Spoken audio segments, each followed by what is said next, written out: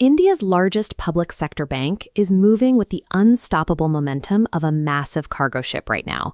State Bank of India just posted a record-breaking financial year 2026 profit of over 80,032 crore rupees, and its mutual fund IPO was oversubscribed 40 times over. The consensus on Dalal Street is overwhelmingly positive, with 31 out of 36 analysts currently rating the stock a buy or strong buy. But if we look at this split-screen dashboard, we see a significant gap between performance and price. While profits and analyst praise dominate the left, the right side shows an 11.5 price-to-earnings multiple, a steep discount. And that discount recently widened. When SBI missed fourth-quarter estimates, the stock dropped about 6%, exposing underlying operational weaknesses. This creates a real dilemma for investors. Is SBI a deeply undervalued behemoth loaded with hidden subsidiary wealth?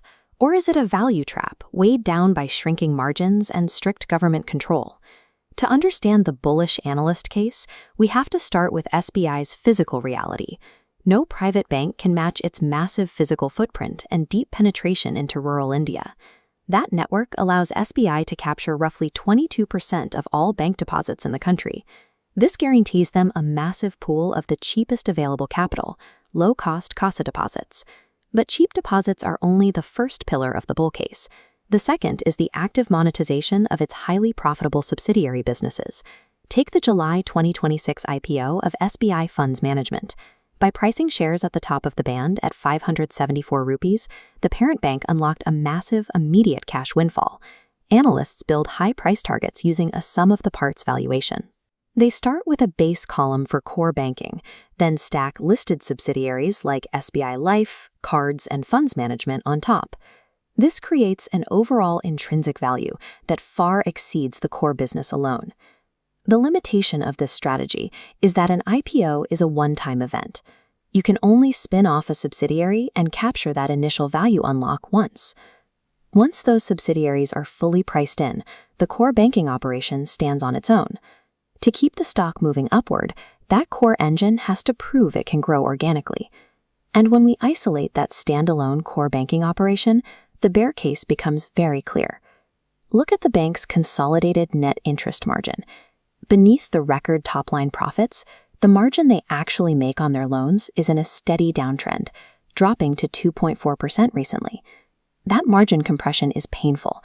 It is the primary reason SBI reported a sharp 16% drop in operating profit quarter over quarter in Q4 of 2026. Add incoming cost pressures to that shrinking margin. With mandatory wage hikes and strict new expected credit loss rules, Jefferies projects staff costs could surge 19% by 2029. This rising cost line directly squeezes the declining profit margin. To survive this squeeze, SBI has to make a harsh operational trade-off.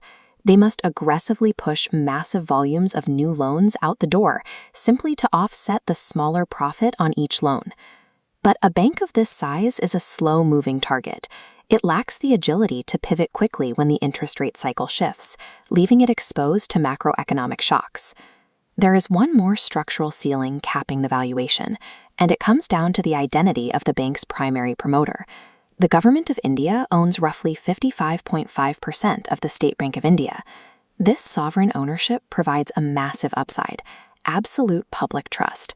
With the government backing it, there is essentially zero risk of bankruptcy. But that backing comes with a heavy cost. The bank cannot operate purely to optimize shareholder returns the way a private corporation does. Instead, SBI is mandated to execute massive national financial inclusion schemes and aggressive priority sector lending, often in areas that are not inherently profitable. Compare that to nimble private peers like HDFC or ICICI. They are free to aggressively chase high-yield retail loans and optimize SME structures without the burden of political mandates.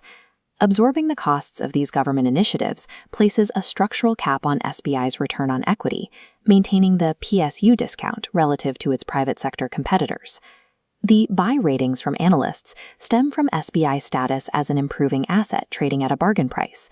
This reflects its stability and scale, even while it operates under different priorities than a private fintech. To see if that bargain makes sense for your portfolio, let's look at this investor alignment quadrant. mapping risk tolerance against growth expectations. If you are an investor looking for aggressive alpha in the top right, this is not the stock for you. If you expect rapid, multi-bagger returns, the falling profit margins and heavy government obligations will only frustrate you. Plus, those massive subsidiary IPO windfalls we discussed are largely already priced into the current target valuations.